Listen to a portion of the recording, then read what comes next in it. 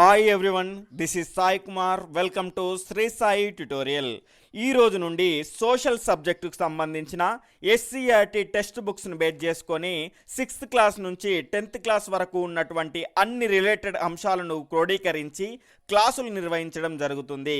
కాబట్టి మీరు ఈ క్లాసెస్ కనుక వింటే టెక్స్ట్ బుక్స్ను చదవాల్సిన అవసరం లేకుండా ఈ క్లాసెస్ చెప్పబడును.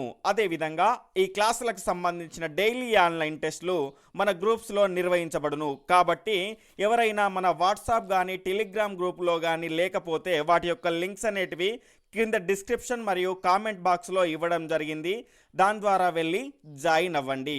అదేవిధంగా మీ అందరికీ నేను చేసే రిక్వెస్ట్ ఏంటంటే ఖచ్చితంగా వీడియోను చూసిన వాళ్ళంతా లైక్ చేయగలరు, అదేవిధంగా స్కిప్ చేయకుండా చూడగలరు. అదేవిధంగా మన ప్రీవియస్ క్లాస్ని కనుక చూడాలి అనుకుంటే వీడియో పైన ఐ అనే సింబల్ వస్తుంది, దాన్ని క్లిక్ చేయడం ద్వారా మన ప్రీవియస్ క్లాసులు అన్నీ వస్తాయి.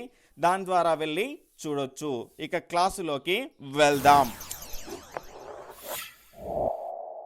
మొదటగా పటం అంటే ఏంటో తెలుసుకుందాం. ఒక ప్రదేశం యొక్క రూపురేఖల్ని తెలియజేసేదే పటము. ఫర్ ఎగ్జాంపుల్, ఆ ప్రదేశం ఎక్కడ ఉంది, ఆ ప్రదేశంలో ఏమేమి ఉన్నాయి, ఆ ప్రదేశం యొక్క ఆకారం ఏ రకంగా ఉంటుంది అనే తదితర అంశాలను తెలియజేసేదాన్నే మనము పటము అంటాము. ఫర్ ఎగ్జాంపుల్, ఒక భారతదేశ పటాన్ని కనుక తీసుకుంటే మనం జమ్మూ కాశ్మీర్ వెళ్ళకపోయినా దాని యొక్క ఆకారం ఏ విధంగా ఉంటుందో తెలుసు, అది ఎక్కడ ఉంటుందో తెలుసు, దాని చుట్టుపక్కల ఏమి ఉంటాయో కూడా మనకు తెలుసు. దానంతటికి కారణం ఏంటంటే భారతదేశ పటాన్ని మనం తరచూ ఉపయోగించడం వల్లనే. కాబట్టి పటాల యొక్క ఉపయోగాలు చాలా ఉన్నాయి, గమనించాలి. తర్వాత పటాలు 2 రకాలు, అవేంటో తెలుసుకుందాం. స్కేలు ఉపయోగించకుండా గీసిన దాన్ని మనం చిత్తుపటము అంటాము. స్కేలు ఆధారంగా గీచిన దాన్ని మానచిత్రము లేదా మ్యాప్ అంటాము. ఇలా జాగ్రత్తగా గమనిస్తే ఒక ఊరి యొక్క పటాన్ని మనం ఎంత నీట్గా గీసినప్పటికీ దాన్ని నేనేమంటాను అంటే చిత్తుపటమే అంటాము. ఎందుకంటే ఇక్కడ చూసుకుంటే మీ ఇంటి నుంచి హాస్పిటల్ ఎంత దూరంలో ఉంటుంది, అదేవిధంగా మీ ఇంటి నుంచి స్కూలు ఎంత దూరంలో ఉంటుంది అనే విషయాల్ని తెలియజేయలేదు, అంటే ఆ కొలతల్ని మనం ఉపయోగించలేదు. కాబట్టి అలాంటి పటాన్ని మనం చిత్తుపటము అంటాము. అలా కాకుండా ఫర్ ఎగ్జాంపుల్ మీ ఇంటి నుంచి స్కూల్ ఒక 2 కిలోమీటర్ల దూరంలో ఉంది, హాస్పిటల్ ఒక 100 మీటర్ల దూరంలో ఉంది, ఈ రకంగా కొలతల్ని కనుక సూచిస్తూ మనం ఏదైనా పటాన్ని గీస్తే దాన్ని మానచిత్రము లేదా మ్యాప్ అంటాము. ఇక్కడ జాగ్రత్తగా గమనిస్తే మనకు మీ ఇంటి నుంచి స్కూలు 100 మీటర్ల దూరంలో ఉంది అనుకుంటే ఇది వాస్తవమైన దూరము. మీ ఇంటికి మరియు ఆ స్కూలుకు వాస్తవమైన దూరం ఎంత? 100 మీటర్లు. కానీ మనం గీచిన ఆ చిన్న పటంలో 100 మీటర్లను చూపించడం కష్టమవుతుంది గనక, కాబట్టి సౌలభ్యం కోసం మనం ఒక స్కేల్ని తీసుకుంటాం. అదేంటంటే 1 సెంటీమీటర్ = 10 మీటర్లు. ఇక్కడ జాగ్రత్తగా గమనిస్తే ఈ పటంలో నేనేం చూపిస్తున్నా అంటే ఈ 100 మీటర్లని 10 సెంటీమీటర్లుగా చూపిస్తున్నాను. ఎందుకు అంటే మనం 1 సెంటీమీటర్ = 10 మీటర్లుగా స్కేల్ని ఎంచుకున్నాం. కాబట్టి 1 సెంటీమీటర్ 10 మీటర్లు అయితే 10 సెంటీమీటర్లు ఎంత అవుతుందండి? 100 మీటర్లు అవుతుంది. ఇక్కడ చూసుకుంటే ఈ దూరం వచ్చేసి పటంలోని దూరము, ఇది వచ్చేసి వాస్తవమైన దూరము. దీన్నే మనము స్కేలు అంటాము. ఇక్కడ చూసుకుంటే స్కేలు = పటములోని దూరము బై వాస్తవ దూరం. ఫర్ ఎగ్జాంపుల్ ఇక్కడ 1 సెంటీమీటర్ = 10 మీటర్లు అన్నాము. పటంలో గనక 100 సెంటీమీటర్లు అని చూసించామనుకోండి, అప్పుడు మనకు వాస్తవమైన దూరం ఏమొస్తుందండి? 1000 మీటర్లు వస్తుంది, గమనించాలి. కాబట్టి ఈ స్కేలు యొక్క సూత్రం కూడా చాలా ఇంపార్టెంట్. దీనిపైన కూడా క్వశ్చన్స్ అడిగే అవకాశాలు చాలా ఎక్కువ, కాబట్టి జాగ్రత్తగా గుర్తుపెట్టు. మన క్లాస్ని మొదటిసారిగా చూస్తున్న వాళ్ళైతే తప్పకుండా ఇక్కడ రెడ్ కలర్లో ఉన్నటువంటి సబ్స్క్రైబ్ బటన్ని క్లిక్ చేసుకొని సబ్స్క్రైబ్ చేసుకోండి. అదేవిధంగా పక్కనటువంటి ఆల్ నోటిఫికేషన్ బెల్ ఐకాన్ని క్లిక్ చేయండి. ఈ విధంగా చేయడం ద్వారా నేను చేసిన ప్రతి క్లాసు మీకు నోటిఫికేషన్ రూపంలో వస్తుంది, గమనించాలి. సాధారణంగా ఉత్తర దిక్కు పైకి ఉండే విధంగా, దక్షిణం దిక్కు క్రిందికి ఉండే విధంగా మానచిత్రాలని తయారు చేస్తారు. కానీ కొన్ని ప్రత్యేక సందర్భాల్లో మాత్రం దక్షిణం పైకి ఉండే విధంగా లేదా ఎడం వైపుకు ఉండే విధంగా మానచిత్రాలని తయారు చేస్తారు. ఇలాంటి చిత్రాలని మనం డిఫెన్స్ అంటే రక్షణ వ్యవస్థలో చాలా వరకు చూడొచ్చు. తర్వాత మానచిత్రాలలో ఉత్తరం దిక్కును ఖచ్చితంగా బాణం గుర్తుతో సూచించాలి. దీన్ని మనం గమనించాలి. తర్వాత మానచిత్రాలు లేదా పటాలు చిత్రం వలె అన్ని అంశాలను చూపించదు. ఇక్కడ జాగ్రత్తగా గమనిస్తే పటం వేరు, చిత్రం వేరు. చాలా మంది చిత్రము పటము ఒకటే అనుకుంటారు. ఇక్కడ జాగ్రత్తగా గమనిస్తే చిత్రానికి ఉదాహరణగా మనం గూగుల్ మ్యాప్ని తీసుకోవచ్చు. గూగుల్ మ్యాప్ ఓపెన్ చేసిందంటే అందులో అన్ని అంశాలు మనకు కనిపిస్తాయి. హాస్పిటల్స్, రోడ్స్, కార్స్, మిగతా అన్ని అంశాలని మనకు ఆ గూగుల్ మ్యాప్స్లో చూపిస్తాయి. కానీ పటాలు ఏ విధంగా ఉంటాయి అంటే తయారీదారులు అవసరం అనుకున్నవి మాత్రమే వారు అందులో చూపిస్తారు. ఉదాహరణకి ఇక్కడ చూసుకుంటే రాజకీయ పటాలు, దేశాలు, దేశం యొక్క రాజధానులు, అదేవిధంగా రాష్ట్రాలు, రాష్ట్రాల యొక్క రాజధానులు, ఆ రకంగా వాళ్ళు ఏదనుకుంటే అదే రకమైనటువంటి పటాలని తయారు చేస్తారు. అదేవిధంగా భౌగోళిక పటాలు, జనసాంద్రత పటాలు, ఈ రకంగా తయారీదారులు అనుకున్నవి మాత్రమే తయారు చేసేటివి మానచిత్రాలు. చిత్రాలు అంటే మొత్తం అన్ని అంశాలను సూచిస్తాయి, గమనించాలి. తర్వాత ఏదో ఒక విషయం మీద కేంద్రీకరించే పటాలని మనం థిమాటిక్ పటాలు లేదా విషయ నిర్దేశిత పటాలు అంటారు. ఇందులో సామాజిక ఆర్థిక అంశాలు చూపడానికి పటంలో చుక్కలు, గీతలు, అదేవిధంగా సంకేతాల వంటివి మనం ఉపయోగించవచ్చు. ఫర్ ఎగ్జాంపుల్ ఇప్పుడు ప్రపంచం మొత్తాన్ని కరోనా వణికిస్తుంది కాబట్టి మన రాష్ట్రంలో కరోనా కేసులు ఎన్ని ఉన్నాయి, లేదా కరోనా డేంజర్ జోన్లో ఎన్ని జిల్లాలు ఉన్నాయి, కరోనా సేఫ్ జోన్లో ఎన్ని జిల్లాలు ఉన్నాయి, ఈ రకంగా ప్రత్యేకించి కరోనాకు సంబంధించిన కేసుల విషయంలో ఒక పటాన్ని తయారు చేసుకున్నాం అనుకోండి, అది ఒక థిమాటిక్ పటము. దాన్నే మనం విషయ నిర్దేశిత పటం కూడా అంటాము. ఇందులో మనం చుక్కలు ఉపయోగించవచ్చు, గీతలు ఉపయోగించవచ్చు, అదేవిధంగా సంకేతాలు కూడా ఉపయోగించవచ్చు, గమనించాలి. గణాంక వివరాలు చూపడానికి చుక్క పద్ధతి, వృత్తాలు, గ్రాఫ్ చార్ట్లు ఉపయోగించవచ్చు. ఫర్ ఎగ్జాంపుల్ ఒక కంపెనీ యొక్క షేర్స్ అనేటివి ఏ సంవత్సరంలో ఎంతవరకు పెరిగాయి, ఏ సంవత్సరంలో ఎంతవరకు తగ్గాయి, అదేవిధంగా ఒక వ్యక్తి తన ఇంటి అద్దెకు, దాని తర్వాత స్కూల్ ఫీజుకు, అతని పొదుపు ఇవన్నీ పోగా మిగిలిన అతని ఆదాయం ఎంత అని ఈ రకంగా మన గణాంక వివరాలకు వృత్తాలు మరియు గ్రాఫ్ చార్ట్లను మనం ఉపయోగిస్తాము, గమనించాలి. తరువాత అధికారిక విషయ నిర్దేశిత పటాల్లో ముదురు నుంచి లేత వరకు ఛాయాక్రమ శ్రేణి అనేది ఉంటుంది.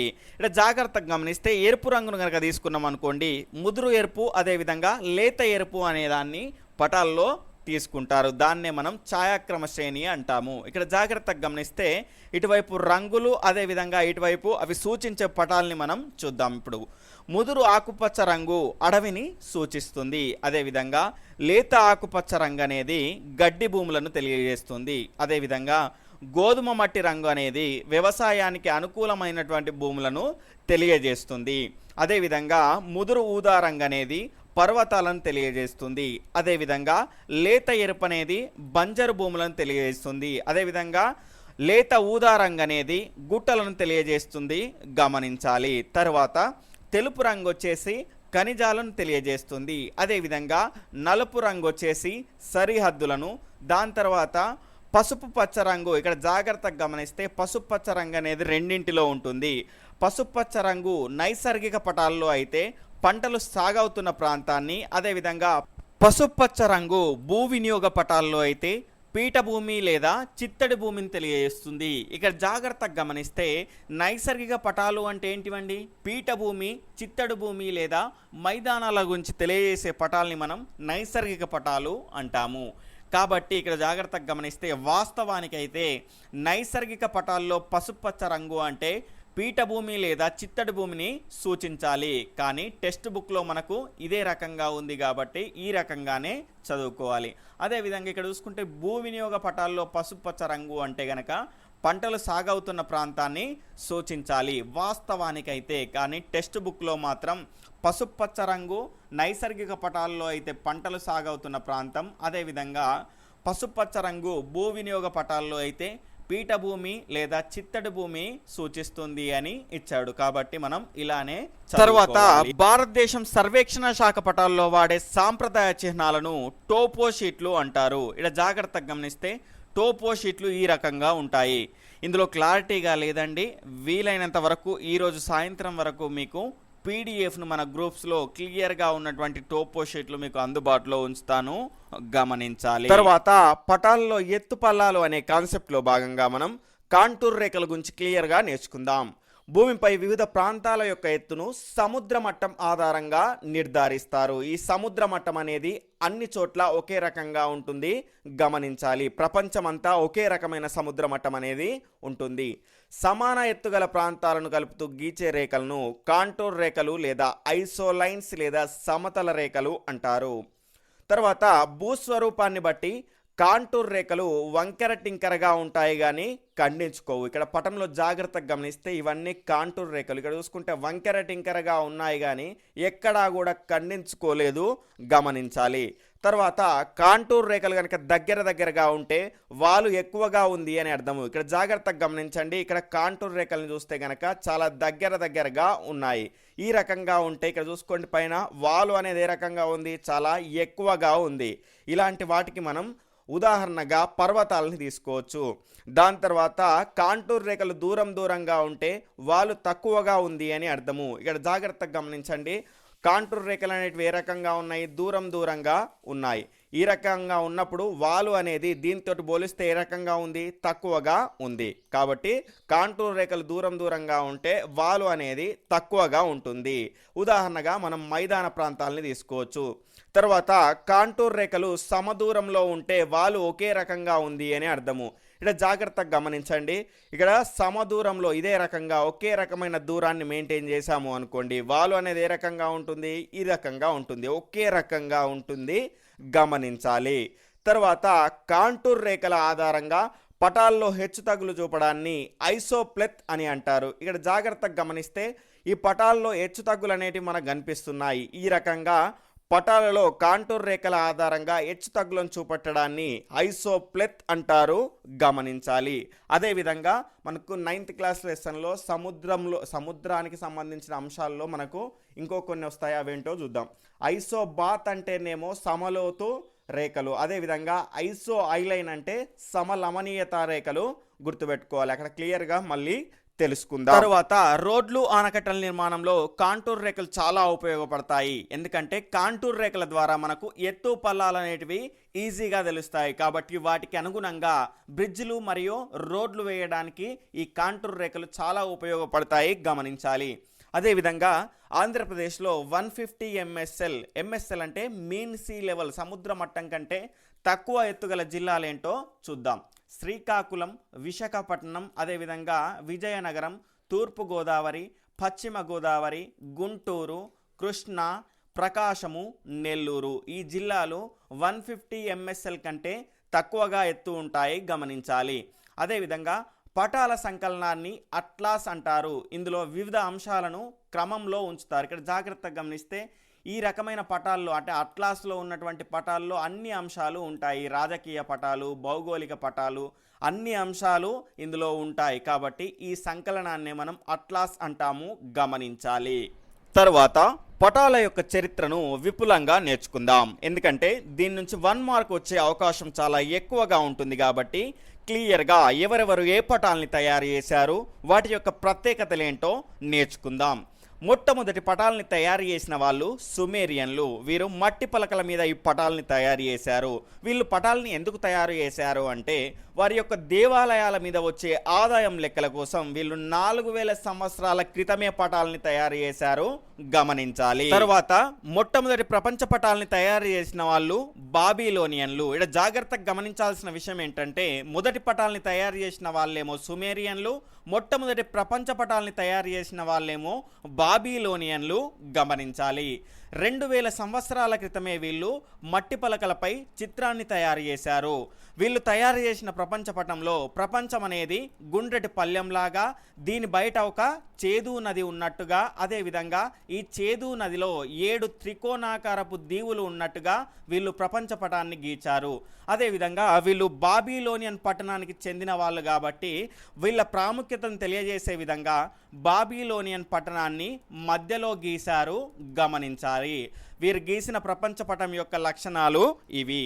తరువాత తూర్పు నుంచి పడమరకు, ఉత్తరం నుంచి దక్షిణానికి చూపుతూ పటాలను గీసినది గ్రీకుకు చెందినటువంటి అనాగ్జిమాండర్, అదేవిధంగా మిల్టస్కు చెందినటువంటి హికేటియస్. ఇక్కడ జాగ్రత్తగా గమనిస్తే అనాగ్జిమాండర్ మరియు హికేటస్లు ప్రముఖ భౌగోళిక శాస్త్రజ్ఞులు, గమనించాలి. అదేవిధంగా ఈ మిలిటస్ అనేది టర్కీకి చెందినటువంటి ప్రముఖ నగరం, గమనించాలి. అదేవిధంగా వీరి చిత్రాలలో గ్రీసు మధ్యలో ఉండి ప్రపంచాన్ని యూరప్, లిబియా, ఆసియా అనే 3 ఖండాలుగా విభజించారు. అదేవిధంగా ఈ 3 ఖండాలను మధ్యధరా సముద్రం వేరు చేస్తున్నట్లుగా వీరి యొక్క పటాల్లో చూపించారు, గమనించాలి. వీరు గ్రీసును మధ్యలో ఎందుకు ఉంచారు అంటే వీళ్ళు గ్రీసుకు చెందిన వాళ్ళు కాబట్టి వారి యొక్క ప్రాముఖ్యత తెలియజేయడానికి గ్రీసును మధ్యలో ఉంచారు, గమనించాలి. తరువాత అక్షాంశాల, రేఖాంశాల ఆధారంగా పటాలను ఖచ్చితంగా తయారు చేయడానికి ప్రయత్నించిన వాళ్ళు గ్రీకులు. అదేవిధంగా ఒకే సమయంలో మధ్యాహ్నం అయ్యే ప్రదేశాలను గుర్తించి దానికి మెరీడియన్ లేదా మధ్యాహ్న రేఖ, రేఖాంశము అనే పేరు పెట్టుకొని వాటి యొక్క నీడల పొడవుల ఆధారంగా అక్షాంశాలను గుర్తించారు. అదేవిధంగా అక్షాంశ, రేఖాంశాలను వీళ్లకు గుర్తించడానికి 2000 సంవత్సరాలు పట్టింది, గమనించాలి. ఇక్కడ జాగ్రత్తగా గమనిస్తే మొట్టమొదటిసారిగా అక్షాంశాల, రేఖాంశాల ఆధారంగా పటాలను తయారు చేయడానికి ప్రయత్నించిన వాళ్ళు ఎవరయ్యా అంటే గ్రీకులు, గమనించాలి. తరువాత ప్రాచీన కాలంలో టాలమీ అక్షాంశ, రేఖాంశాల ఆధారంగా సవివరమైనటువంటి పటాలని తయారు చేశాడు. అదేవిధంగా అల్ ఇద్రీసి 1154వ సంవత్సరంలో అరబిక్ భాషలో ప్రపంచ పటాన్ని తయారు చేశాడు, గమనించాలి. ఈయన తయారు చేసిన ప్రపంచపటంలో యూరేషియా, అదేవిధంగా ఆఫ్రికా ఉత్తర భాగం, అదేవిధంగా సౌదీ అరేబియాను మధ్య భాగంలో చూపెట్టాడు. అదేవిధంగా ఇంకొక ప్రత్యేకత ఏంటంటే దక్షిణం దిక్కును పైవైపు, అదేవిధంగా ఉత్తరం దిక్కును కింది వైపు సూచించాడు, గమనించాలి. ఇది ఈ అల్ ఇద్రిసి తయారు చేసినటువంటి పటం యొక్క లక్షణాలు, గమనించాలి. తరువాత 1389వ సంవత్సరంలో చైనా చక్రవర్తి కోసం డామింగ్ హన్యతు 17 మీటర్ల పట్టుగుడ్డ మీద ప్రపంచ పటాన్ని గీశాడు. ఈయన పటంలో గుడ్ హోప్ అగ్రాన్ని, అదేవిధంగా హిందూ మహాసముద్రపు యొక్క కొనల్లో ఆఫ్రికాని చూపించాడు, గమనించాలి. తరువాత బైబిల్ వర్ణన ఆధారంగా ప్రపంచాన్ని 3 ఖండాలుగా విభజించారు. అదేవిధంగా ఈ 3 ఖండాల చుట్టూ నీరు ఆవరించి ఉన్నట్టుగా చూపించారు. ఆ 3 ఖండాలు వచ్చేసి ఆసియా, యూరప్, అదేవిధంగా ఆఫ్రికా. దాని తర్వాత ఈ ప్రపంచ పటంలో యూరప్ మరియు ఆఫ్రికాని చిన్నగా చూపెట్టడం జరిగింది, అదేవిధంగా ఆసియాని పెద్దగా చూపెట్టడం జరిగింది.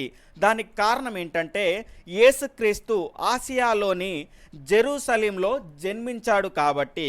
అదేవిధంగా 1400 సంవత్సరంలో యూరప్ ప్రజలకు తెలిసిన ప్రపంచాన్ని జెనోయిస్ అంటారు, గమనించాలి. తరువాత 1480వ సంవత్సరంలో టాలమీ పుస్తకాలను కనుగొనడం జరిగింది. టాలమీ చాలా పటాలను తయారు చేశాడు, కానీ టాలమీ తయారు చేసినటువంటి పటాలను కనుగొనలేకపోయారు. కానీ అతను రచించినటువంటి పుస్తకాలను కనుగొనడం జరిగింది. టాలమీ అక్షాంశాలు, రేఖాంశాల ఆధారంగా సవివరమైనటువంటి పటాలను తయారు చేశాడు. ఆయన యొక్క విధానాన్ని అనుసరించి ఆ పుస్తకాల ఆధారంగా ఖచ్చితమైన పటాలను గీయడం జరిగింది, గమనించాలి. అదేవిధంగా 1453వ సంవత్సరంలో కాన్స్టాంటినోపుల్ పట్టణాన్ని అరబ్బులు మూసివేయడంతో పోర్చుగల్, స్పెయిన్ మొదలగు దేశాలు నూతన వ్యాపార మార్గాలను అన్వేషించాయి. ఇక్కడ జాగ్రత్తగా గమనిస్తే కాన్స్టాంటినోపుల్ అనేది ప్రధానమైనటువంటి వ్యాపార మార్గం.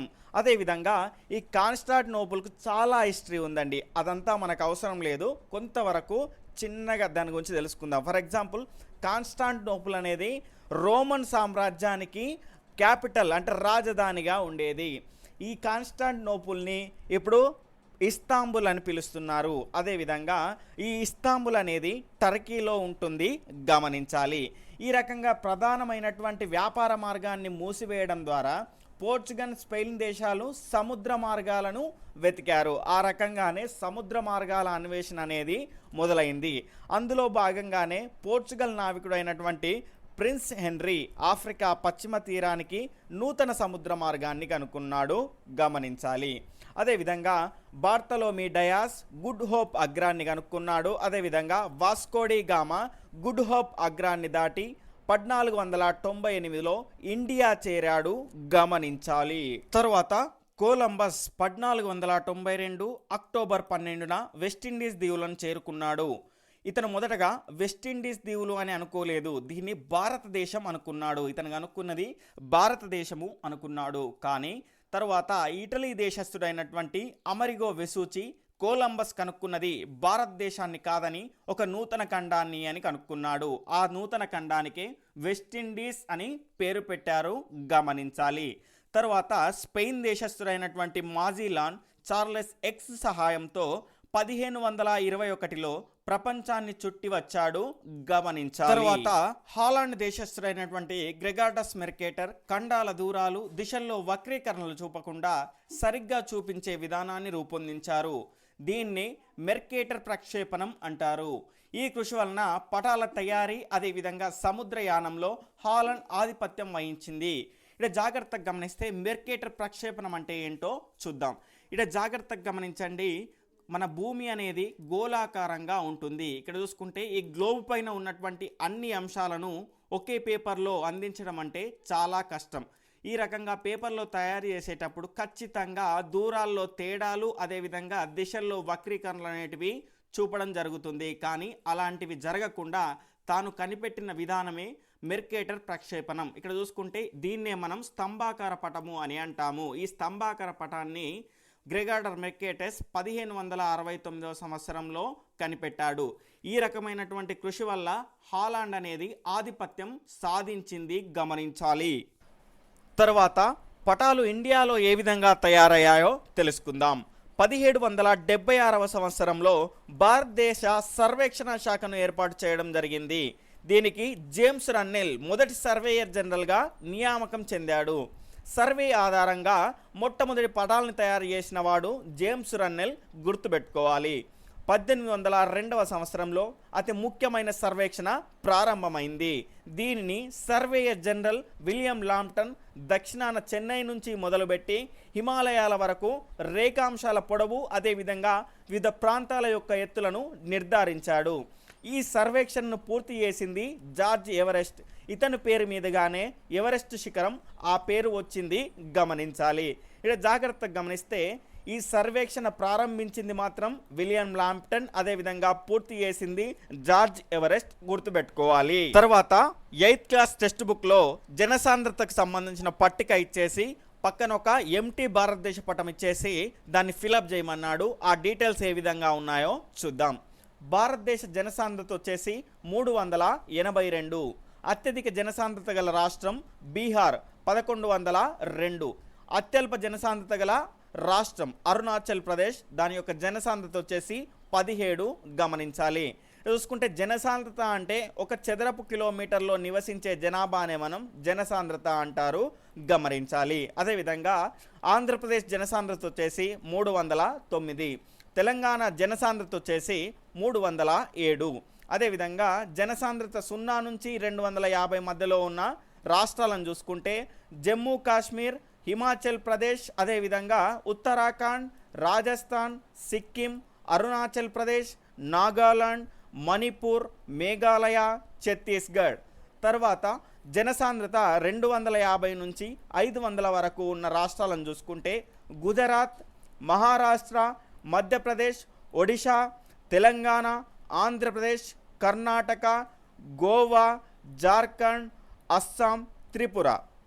తర్వాత జనసాంద్రత 500 నుంచి 750 మధ్యలో ఉన్నటువంటి రాష్ట్రాలను చూసుకుంటే పంజాబ్, హర్యానా, తమిళనాడు. అదేవిధంగా జనసాంద్రత 750 నుంచి 1000 వరకు ఉన్నటువంటి రాష్ట్రాలను చూసుకుంటే కేరళ, అదేవిధంగా ఉత్తరప్రదేశ్, ఈ రకంగా ఉంటాయి. అదే తర్వాత జనసాంద్రత 1000 పైన బీహార్, పశ్చిమ బెంగాల్ ఉంటాయి, గమనించాలి. తర్వాత ఆంధ్రప్రదేశ్ వర్షపాత విస్తరణ పటం నుంచి మనం రాసినటువంటి అంశాలను తెలుసుకుందాం. అధిక వర్షపాతము అంటే 100 సెంటీమీటర్స్ పైన ఉన్నటువంటి జిల్లాలను చూద్దాం. శ్రీకాకుళం, విశాఖపట్నం, విజయనగరం, తూర్పుగోదావరి మరియు పశ్చిమ గోదావరి జిల్లాలు. అదేవిధంగా అల్ప వర్షపాతం ఉన్నటువంటి జిల్లాలను చూసుకుంటే కర్నూలు, కడప, అనంతపురం, గమనించాలి. అదేవిధంగా ఆంధ్రప్రదేశ్ మృత్తికా పటం నుంచి మనం గ్యాదర్ చేసినటువంటి ఇన్ఫర్మేషన్ చూసుకుంటే తీర ప్రాంత ఇసుక మృత్తికలు ఉన్నటువంటి జిల్లాలను చూసుకుంటే శ్రీకాకుళం, విజయనగరం, విశాఖపట్నం, కృష్ణా, గుంటూరు, నెల్లూరు జిల్లాలు.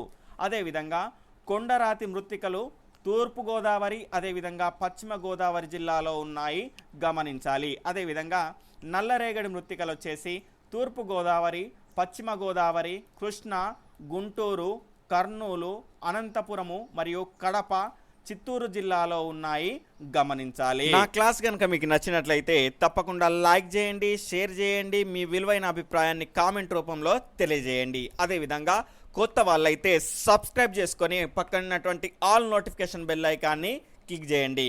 బాయ్, టేక్ కేర్, జై హింద్.